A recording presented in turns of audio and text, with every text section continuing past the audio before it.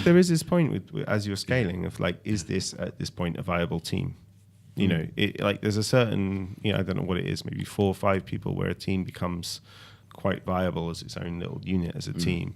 Before that, it's kind of going to be asking, like, should we be doing this? Am I doing this? Or, is there a clear leader on that team? All that kind of teams just kind of naturally evolve.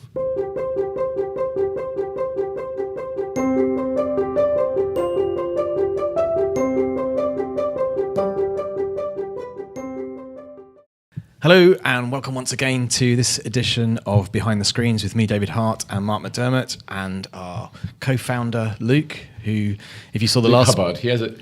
Or just want to know this Luke? Sorry, yeah, Luke He's Hubbard. so good. He's just Luke. OPSEC. I like to be... you can't find me on LinkedIn. He's the Beyonce of ScreenCloud. Yeah. So Luke Hubbard was with us on the last podcast, and he's, as you probably know, if you watched the last podcast, he's based in Bangkok. So it's a privilege and an honour to have him with us today to join us on this thank you, podcast. Saudi crap. So what we wanted to talk about this time was as we speak, we're at almost 60 people, and obviously we haven't always been 60 people. And we were just reminiscing or reflecting really on how the team has changed in that time, and how we've some of those people have been with us from the beginning, and how their roles have changed, how our roles have changed. And we just wanted to talk about that really, about the makeup of a team when you first start, when you're really just a few people and everyone's sort of doing everything, to when you get to the size that we are now, 60, which isn't huge by SaaS terms, and we imagine it's going to get a lot bigger, but definitely the way that we've structured things and the way we're thinking about the way we structure things in the future has changed. So we just wanted to talk about that really. So probably, worth kicking off from the beginning. Let's try not to do a potted history again. Yeah. But we, obviously when we started, there was a few of us. Me personally, if you've ever listened to these podcasts, You're at ScreenCloud here, right? Yeah. I was. My involvement in ScreenCloud in the very early days was quite limited because I was also taking care of our other interests. So really, it was mainly Mark and Luke who were kind of doing the management, and then we had really just engineering, wasn't it? A team of part of a engineers. year and a half. Yeah. The first year, because actually the development began in 2014, so it was a whole year before we incorporated admittedly dev and other things, so There was other stuff going. It wasn't always client work and stuff. it was like a hack to begin with. Actually, the hack was quite interesting. It was just really, as I remember it, it was trying to build a thing for the Instagram app to get it on shop windows, and then looking at the options there was like Apple TV. I know that we both remember the beginning differently, slightly but different. Actually, I've figured it out. Yeah. So yes, you did. You were. I remember you because I remember actually when we first did Flow, you were still going on about screens back then. Yeah. So I think that was in my head, but for me, it was. Then I saw the Chromecast and I put the two together. Yeah. You came in and said, "I've got a Chromecast," and I was probably trying to do it with because it wasn't even in the UK then. I don't think it would have been in Asia, but I got it when I was traveling in New York, and I literally was like, brought this home, and I was like, there we go. So they're actually the same story, it's just different connections of no penny dropping moment on anything, right? It's these things kind of. There's a bunch of stuff going on in this kind of petri dish of product, or whatever. and then eventually something starts growing out of that, and we're kind of following on from the previous conversation, but it went through a few iterations before it even became ScreenCloud, right? We went through Screenbox and other ones. But anyway, back to the team. Yeah. So back then the team was, I don't know, how many people? 5 people? Less? So prior to raising money, it was only done in the Bangkok team. I guess it would have been a handful of people for about a year. Then when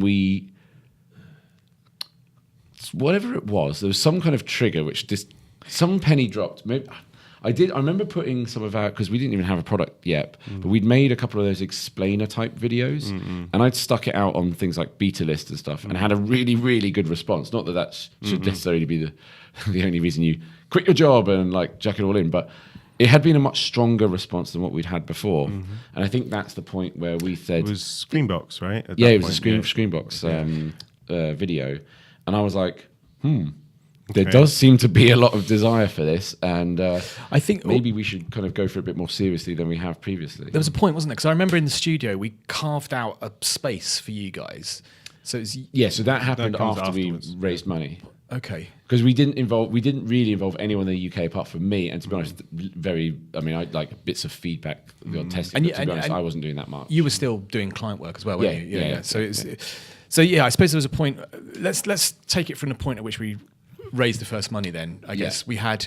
So at that point, we wanted to carve some of the London team out as well to help, because we had to do things like build the billing engine. We were pivoting to it being a web-based product at that point. Yes, that's right. Because Because it was only going to be mobile originally. Initially I think we planned both, but the Bangkok team were closer.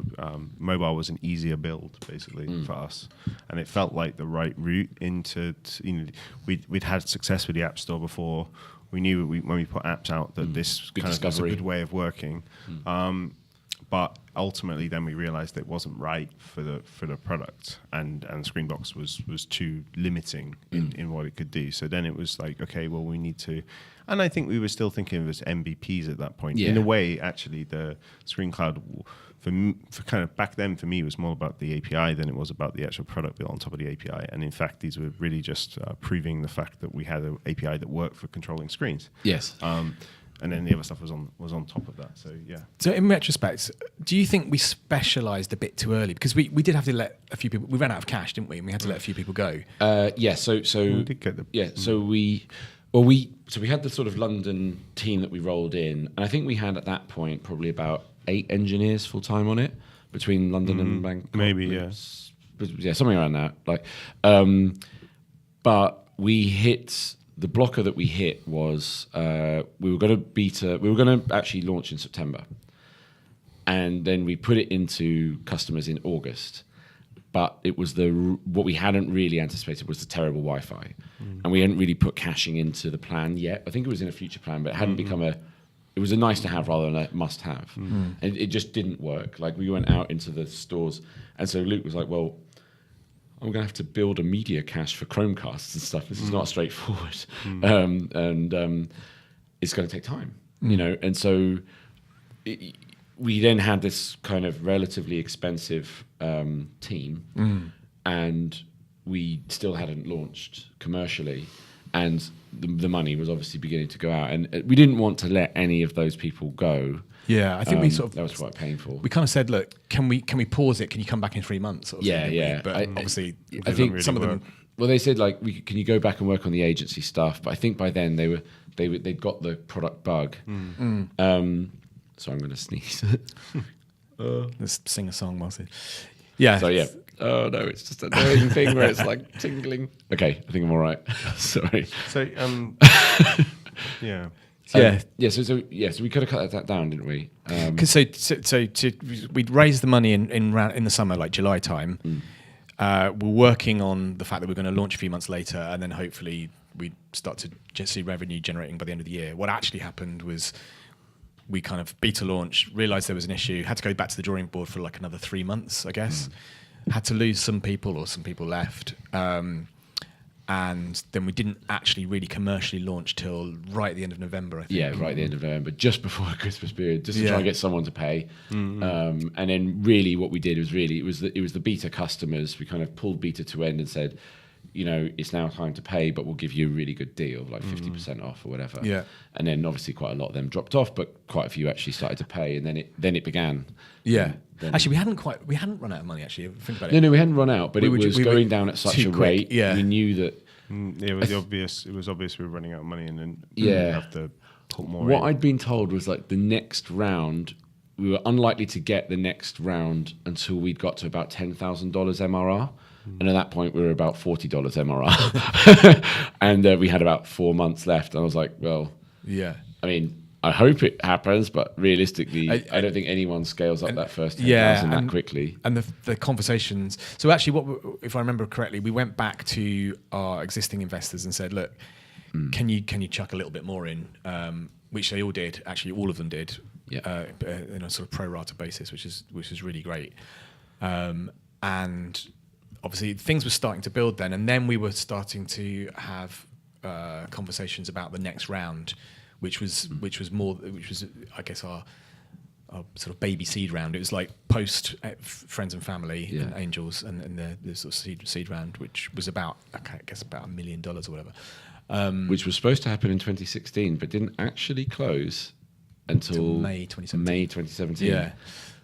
That is a tough bloody That was year. it, yeah. And that's where we had to kind of go back and we had to fund it a little bit ourselves, and so that was quite Not pay ourselves. Yeah, that was quite Yeah. so yeah, there was that whole thing of like, are we doing the right thing? Are we, are we going to get to the end of 2016 and I guess basically? we weren't really doing much building team at that point, really, were we? Yeah. We were just trying to hold on to the team. Yeah, well, that's the thing. I mean, also during that time, the team in Bangkok kind of whittled down a bit, didn't it? Because a bunch of people moved on to other things, and I think there's a transitional point as you move to, if you go from agency to product, you really need a much smaller team. Yeah. If you're building something, you should start with a relatively small team. Like going in with too many people is going to be it's too much communication you have to do. So like a team of, I don't know, 5 or 3 or some small number of people who can huddle around the table and everyone's aware of what's going on, versus 15 people where you're going to need some degree of management and other things. It doesn't work. So but that was a interesting time of like managing people's understanding of what was going on, and keeping them interested, because when you're just like adding tiny incremental amounts of MRR, it does look like you're on a hiding to nothing. Like I mean, obviously, maybe if you're like, someone who really gets how SaaS works, it's not as scary as it looks, but we didn't really get... I remember I was pretty petrified. 4 months in, we were at 6,000 MRR. Which is the sort of thing we could win in a email you could like, sneeze to a client. and win that, yeah. We wouldn't even pitch for $6,000. Like in the agency, it'd be like, here's a quote, boom. So, how was the team structured in the very early? Let's say once we got over the original kind of we've hired too many people, we can't afford. But when it kind of settled down, how was the team structured and who was kind of doing what? So the initial split was London was more focused on the web side of things, the web app, basically the Signage UI that you see now. Bangkok was more focused on players and APIs to do with connecting all that stuff up. And then the Bangkok team, as soon as we pretty much got live and charging people, we realized that we needed to add apps and stuff. And then the Bangkok team switched to basically app production, which so apps, to just give people context, are like HTML5 little web apps that display content. So it could be weather or news or Instagram or social or whatever. And we had to go out and build those apps as rapidly as we could. That was pretty impressive, because that's basically, you did that effectively in what I would consider spare time, because there was other work being done on the platform, and yet between 1, 2, 3 people just were knocking out these apps quickly and effectively. It helped drive growth as well at that point. So beyond that, it drove growth. When we say the London team, it was basically one person, wasn't it, at that point? In terms of developers? By the time we cut down, it was Ben, but before that, it was everyone. Well, Seba there was about and Michael. 4 or 5. But then it cut down to effectively 1. And but by that point, most of it was built, I think, on the website. So we kind of got the product out there, and then I suppose cut down the team because we didn't have enough cash. But the market needed to be receptive to take up the product at that point, and also because the way we built apps with an app store, we could just keep adding those modules. And kind of. And that was brilliant. I mean, so basically, as sales and support at that point, being able to keep going back to people with these quick updates, it translated to the customer that there was crazy momentum here, even though it was a really small team doing a lot of different things. And there's so many moving parts in a platform like ScreenCloud. But being able to go back and go, that app's coming next, and then 2 weeks later, there it is. They just it really, there was so much which was like a bit wonky and unstable about it at that time, obviously, inevitably. But there was so much trust being built between us and customers, because I would say we were going to do something and then we did it. And it just, they kind of were thinking, well, look, you really don't have everything we need right now. And your price point's quite, I mean, I was discounting heavily at that time, like anything to get a deal, basically. So it was a cracking deal for them, fair enough.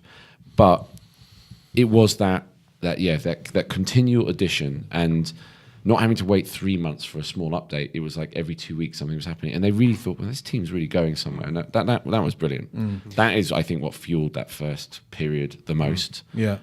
So if you, if you were starting over again, or if you were advising someone, what do you think? What kind of people do you hire in the very early stages of a product startup? Close-knit group of generalists, I'd say, who are able to just jump in and do anything. So, like, okay, we need to build a mobile app. All right, I'll get Xcode. I'll work out how that works, or whatever it is you need to do. You need people who are not afraid to do those different things, because you're going to have to do a lot of different things. Yeah, you might want to hire some specialists, or outsource certain bits to specialists if you know that those bits are going to be done a lot better. But I think it really comes down to a small focused team who are fast moving. Speed is the most important thing early on. Yeah. And we'll get into this discussion about like rebuilding parts of the product and technical debt and all the other things. But I think in the early stages of the project, technical debt is not really a big deal. Not a big deal, and maybe a good thing in some way. Not, it's never good, but like the alternative is like over engineering and building something that's perfect, which may not hit the nail on the head. Yeah. So you just need to we need to cover as much ground as you can, put the pieces together, and then kind of see, does the market respond to what we're building. Exactly. And also, I think what I really learned from this was there's actually a huge amount of forgiveness from early adopter type personalities. They love the fact that the CEO is doing the demo and doing the support, and it's on a Sunday, and I'm talking to Mark again, and it's they they kind of buy into the journey and the story, and therefore because they know, like, you're not a big company if your CEO is your support. That's just clearly not true. So they knew, and there's no way I could really hide it that easily. And so they were ready to forgive. So what they weren't ready for is waiting. So the early adopter type is impatient, but forgiving. And so over-engineering to them for massive stability probably wasn't high on their priority list. They wanted to see cool new stuff. Yeah, show me the cool stuff. Show me the cool stuff. Yeah. Like, okay. Can you do zoning? Can you do vertical screens? Yeah. So I think early on was a scramble to add these features that customers were asking for. It seemed obvious that we needed to have, and once we ticked a bunch of those off, then I think growth slowly started coming from there, right? It did, and then probably started scaling the team back up again after that next round, the $1 million round or whatever was. Around then we kind of started basically. Most people on Bangkok were switched to it by that point off other things. I guess flash forward a year-ish, and then we started to sort of we built the team up a little bit in the UK. So we got Alex, and we had Keo on board as well, and then we also started to outsource app development. We sort of said, let's take that away from the Bangkok team. Yeah. So the background to that is that we decided we need to rebuild the core part of the product, right? And that's not a decision you take lightly. But I think it was a necessity. So you said, like, why don't we go into some of the reasons of that? Like, the technical reasons for the rebuild was that we built the initial product on Firebase, which is like a document database. It's basically a giant tree structure. And it's really good for real-time updates. Which customers loved. Yeah, they loved how quick it was. The fact that it was real-time was a win for us. Definitely. But it's kind of, that's why we chose it, because we knew we needed to update screens and have things change instantly. Yeah. We also knew there would be many, many screens connected to the system, and then just offloading all down to Google made a hell of a lot of sense. Totally. Google charges for bandwidth, not for connections, which means compared to other platforms, it costs, even today, it doesn't cost much.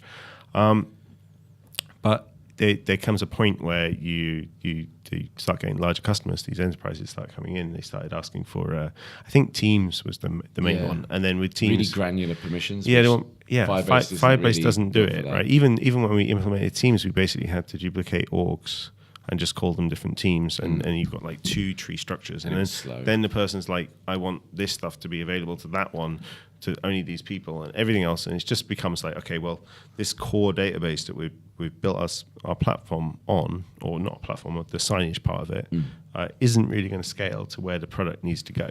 So effectively what we have is an MVP that we kind of have to go back to the drawing board with and re-architect how this works. And as you're doing that, you end up changing other parts of the platform. So I think probably, was it soon after that round? It was around when did we start that? Well, August, September, we went to Dubai, which is Yeah, where yeah, we we discussed talked about all of that. We did the And raise in May. Yeah. The raise was a bit before that. I think we started coding in February or something like that. Yeah, it was so actually there's quite obviously a a lot while. of design and thinking to go on, and I mean, there is the difference between deciding to do something and actually building it. Like, Actually 'cause starting you've the got actual projects build, which are ongoing that needed to be finished, and hiring to do, and all of this sort of stuff as well. Yeah. And also we were beginning to scale up like other teams, like the marketing team and the support team. Like these are teams that didn't really exist. You kind of don't want to sort of say, well, let's just wait till everything's ready and then we'll go and hire marketing and sales. And No, because what we had was selling, like, and it still is selling. Because that product actually that we're talking about right now is still the product that pretty much everyone's using. Yeah. So, and it's taken us pretty far. Like, Yeah, it's scaled. It hasn't scaled in terms of features or the fine-grained permission control, but it's scaled in terms of number of customers and stability of the platform. So I think the learning there for me is when you're building your initial product, keep it simple and it's okay. It didn't feel like a terrible, like it felt like we did the right thing to get there, like putting the pieces together. I don't think we made technical mistakes. It's just you get to a certain point and you look back and you're in a different place now. Like it wasn't even obvious right away when we were building that product it was going to work. It was we needed to see reception from the market. Yeah. So as we moved into working on the new platform or the new product, did the people that you hired, did they have different skills from the original people that you had? Yeah. So I suppose I'm still hiring mostly generalists at that time, but generalists with like a specialization in something, and I'm trying to find people who are different than me. So I mean, I tend to, like in the past, I suppose I lead a dev team from the front, doing a lot of coding and also just kind of pushing through stuff, whether it's design or other things. And as we scale, I'm now having to lead in a different way. Like actually the last half a year, I haven't really done much coding. So kind of as we get into these points, I'm having to find people like, I think this person's going to be better than I am at that thing, or this person brings more stability to the team in a certain way, or his management style is going to be a fit. So that kind of, so as we've grown, I suppose I've gone for increasingly more specialists in different areas. And I think people, fit into that more. And we've also split the team up. We split the teams up fairly early into Signage, which is the web-based products, Players, which is all the different desktop and software that runs on different devices, and then apps, right? Yeah. So it was an early split for us. But in the Players team, it was basically me and Nut. Yeah, it's like team. And I was also on the other teams as well. Well, there is this point with as you're scaling of like, is this at this point a viable team? There's a certain, I don't know what it is, maybe 4 or 5 people where a team becomes quite viable as its own little unit as a team. Before that, it's kind of going to be asking, like, should we be doing this? Am I doing this? Or, is there a clear leader on that team? All that kind of teams just kind of naturally evolve. Yeah. And as a company, most of our people are devs, engineers at the moment. It probably won't always be that way, but right now that's the way it's structured. Yeah. And actually, when we've looked at, we've been looking at the org chart, and mine and Mark's looks kind of quite sensible, but you've got this huge team, and you've got like a million pretty reports. Much flat at the moment. It's something we are fixing right now. And I think it's the way I've always run teams. I've expected people to get on with it, and not take too much advice. And some of the people I'm working with, like or something, from working together for 15 years, and building literally hundreds of different things together. We have a super high bandwidth connection, as it were, when we're discussing things. So it doesn't take a lot management to kind of keep that on track. It's like a chat at lunch, or Yeah. you know, it's kind of we just sync up naturally at certain points. But I think when you hire other people, then you need more structure, you need more planning, you need just documentation. Presumably, I'm guessing that version 1 was not a heavily documented. There was thing. bits of documentation around it. Yeah. Enough that we knew which bits were which, but it wasn't. The it labeling. It wasn't enough to really give to customers. God, no, yeah. So I guess more recently, just before Christmas, so that's December 2018. Before that, we decided that we needed to open another office, which was just going to be focused initially on apps, but not forever. But that was the sort of thing that drove it, and we decided to open an office in Belfast. Not super close to Bangkok, but super, pretty close to London. So that was good.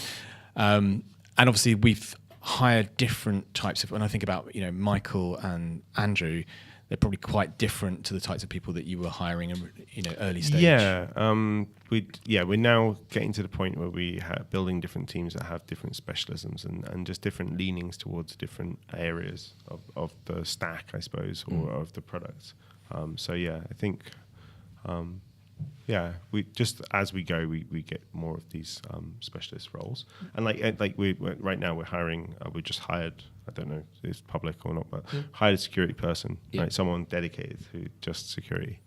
We'll be hiring site reliability engineers, basically people who. We have at least one DevOps person now. Yeah, we have a DevOps person now. These are all specialist roles, right? And just switching that basically. Testing engineer. We haven't actually hired that person yet. But and we've never had that. So we're now at the scale and the size where we can actually go out and say this is a specialist role. And I think I don't have an awful. I suppose some of the people we're hiring into the tech team now have got more experience of teams operating at the scale where this is normal. For me, it's not, right? It's like I'm more in the kind of prototyping. Get it done in 2 months kind of thing. In a way, that's why So I realized that as CTO, my job is effectively product and engineering, right? So as we've scaled up, I've gone, okay, engineering is something that I could find people who are going to be better at doing that. On the product side, I feel like I still needed to focus on because I've got a good idea of what it is we're building. But on the engineering side, I was like, okay, I need to hire in help on that. So we hired in Wolf, who's put in a lot of processes in Bangkok and improved things. And I think Belfast is kind of in the same vein very much, of doing things in a larger company way. Doing it, exactly. Yeah. Now, the right way, I suppose. I think the fear or the danger there is that as you get larger, you slow down, right? This way of working or just like getting it done mentality changes, right? And we need to always keep that in our DNA as a company. So while we're adding specialists and while we're doing things in a more correct, proper way, as it were, we're also still trying to move as fast as we have in the past and also being as bold in terms of the decisions we make. It feels to me, and this is like as someone who's again used to sort of manage technical teams, but like nowhere near like you, and now totally out of my depth in regards to this. But I could obviously manage small web build projects. That was what I kind of did, bread and butter. But it feels to me that what we need to do is like you're almost running two races simultaneously. So there's if you're going to take the kind of heavily processed, proper, well tested, like rigorous route, you apply that to your no-brainers, which is the apps that run on the screens to make the screens reliable. That reliability is essential. To be honest, it's fairly fixed what those products need to do. So they now need that rigor applied to them because they'll just improve and just get better and better and better. And it's not like we need to innovate much more around that. But then there's other parts of the product, new ideas, new things that we're cultivating, which we need to stay lean and nimble and testing with, because we're not just trying to get parity with the big players in this market. We're trying to change how this market thinks of publishing content on screens. And we want to take, ideas from our mobile background and from our, agency background and apply them and do new and interesting things. But we haven't tested those on the market yet. Like, I think some of our ideas will actually be brilliant. Like with it, I genuinely believe that. but not all of them. And it would be sad if we then went through the extra rigor just to realise that feature isn't needed and we can cut it. So it's like, do you see what I mean? It's almost like running 2 races on top of the same thing. Yeah. Does that make sense, or is this nonsense? I think so. It's No, possible. I think it makes sense. You need both. Frankly speaking, as we grow as a company, we're going to need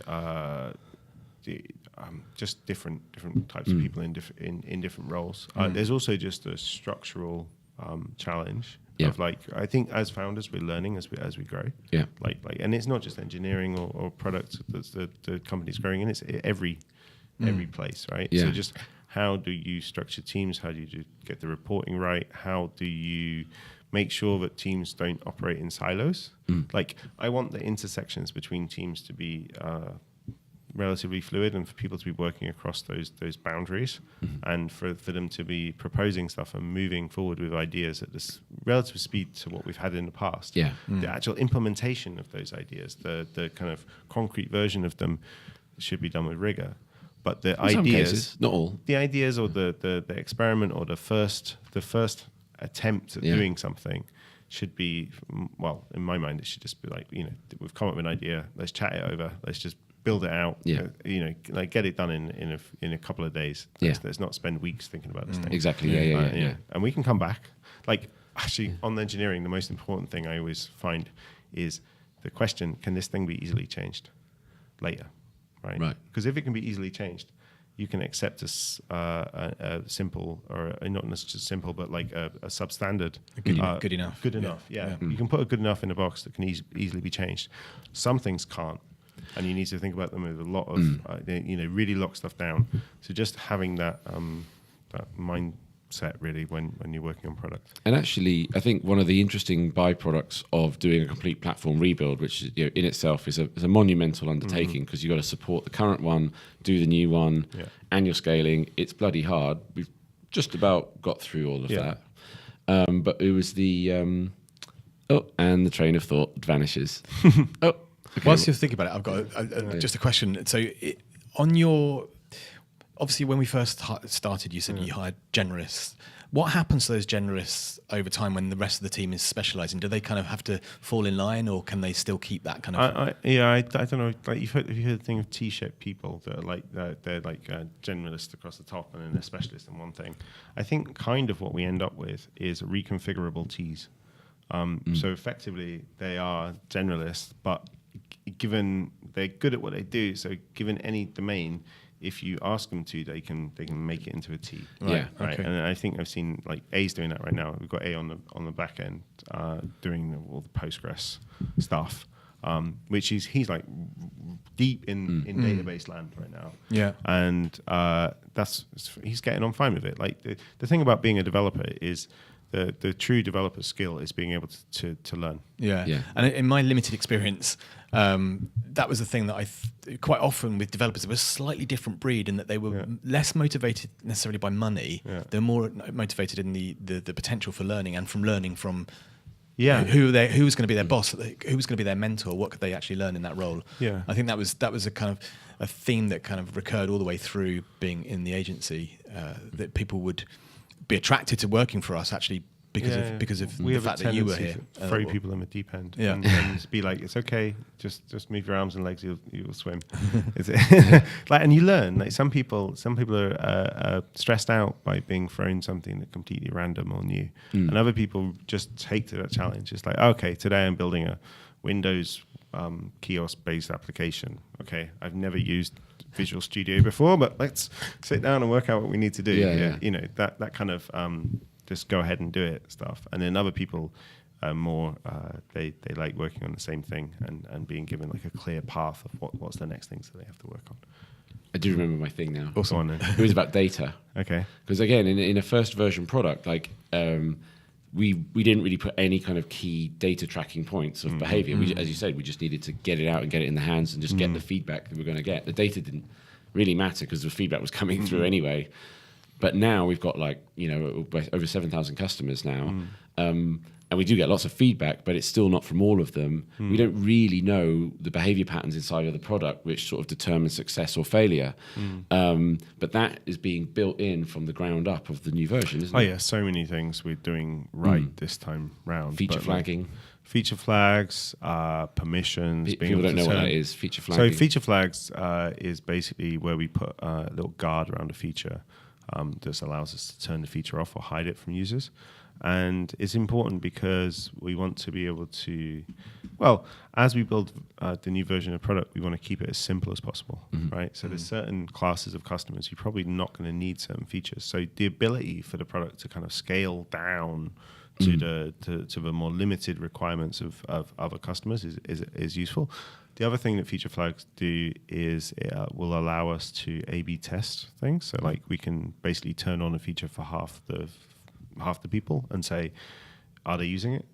And it'll also allow us to remove features because we can then label a feature as being beta, for instance. Yeah. And so Kill it if necessary. Yeah, or alpha even, or experimental or something. So it's just a way of like, and it also helps you with the code because you think about layering features, if that makes sense. Like certain things don't work without other things.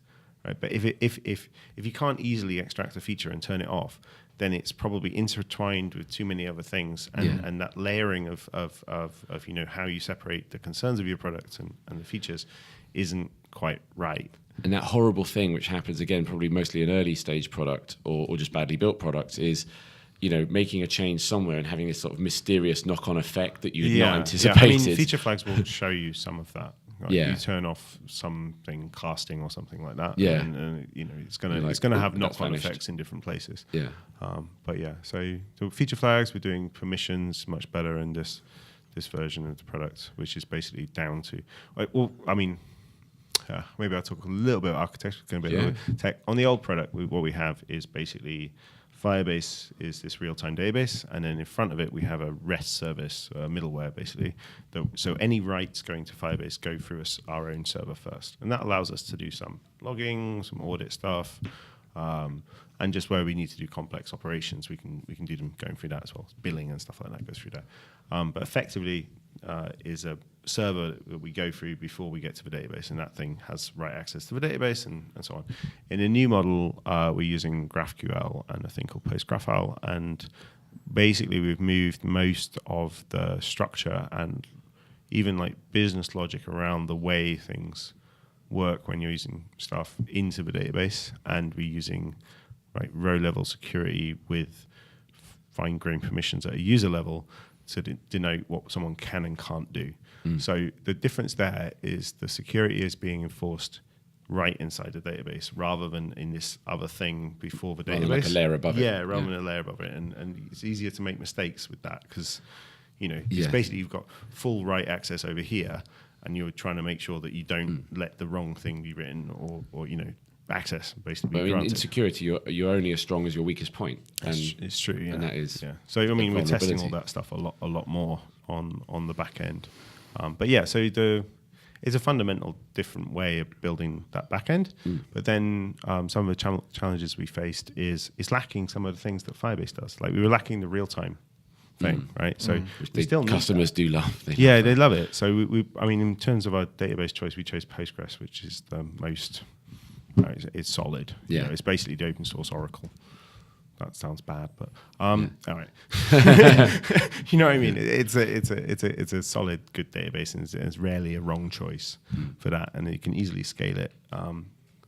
So we need to add real time. We've basically done kind of research and work around bolting on parts that it was missing effectively, rather than What I love about the way this has been architected, so I'm guessing that some people who listen to this more as like how to build a business may not fully grasp all of it. But actually, what I like about the way you explain things is you're being technical, but you're giving good, valid reasons that anyone can figure out why that's good.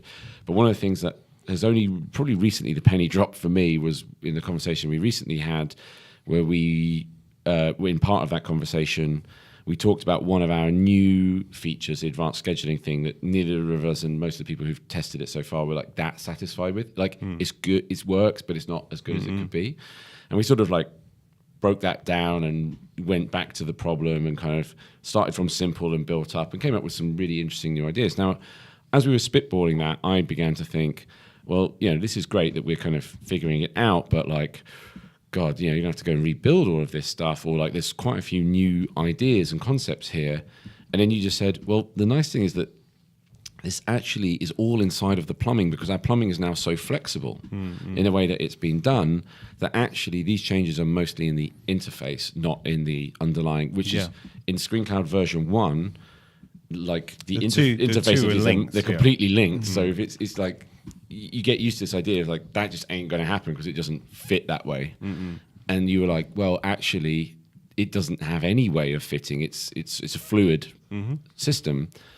And I was like, wow, that's amazing. I mean, the interface just sits on top of this API that can do all these things. So that opens the possibilities of what we can do so much more. Way more you can do with the API than you actually do with the interface. Because in the interface, we have to make UI UX decisions about making it simpler, right? Whereas in the API, it's like what's technically possible. But then what that from a putting the business head on says to me is we can still be this company that serves this small, medium-sized business market with simple, easy-to-use product. And then when we get these tougher, more complicated, larger enterprise projects with specific needs, we can also service them too. And it's not by servicing them by going, well, you're both going to have to compromise somewhere in the middle, which is where I think most products that try and serve both end up. While we're going, actually, it's done. I could even see a day where it's almost two interfaces. Yes. But the underlying model is identical. Or maybe building another interface for a particular customer or something that needs a specific thing. And that bloody blows my mind, really, in terms of like where we can take that. It was a concern, wasn't it? Because all the feedback we were getting from people was, the thing I like about ScreenCloud is it's just so easy to use. It's so simple. It's really clear. And we're like, oh my God, what if we over-engineer it? And people go, oh my God. Which apparently is a classic V2 mistake of just chucking every feature in that wasn't there. Well, I think now we're actually removing some stuff. We're probably going to remove certain things before we go live. Yeah. Because sometimes you have to test. Like, you don't really know until you put it in and then test it and try it. And you think, am I actually using this? Customers use things in really imaginative new ways. I'm really excited to see how they go and use it again and work around it and come up with different crazy ways of using screens.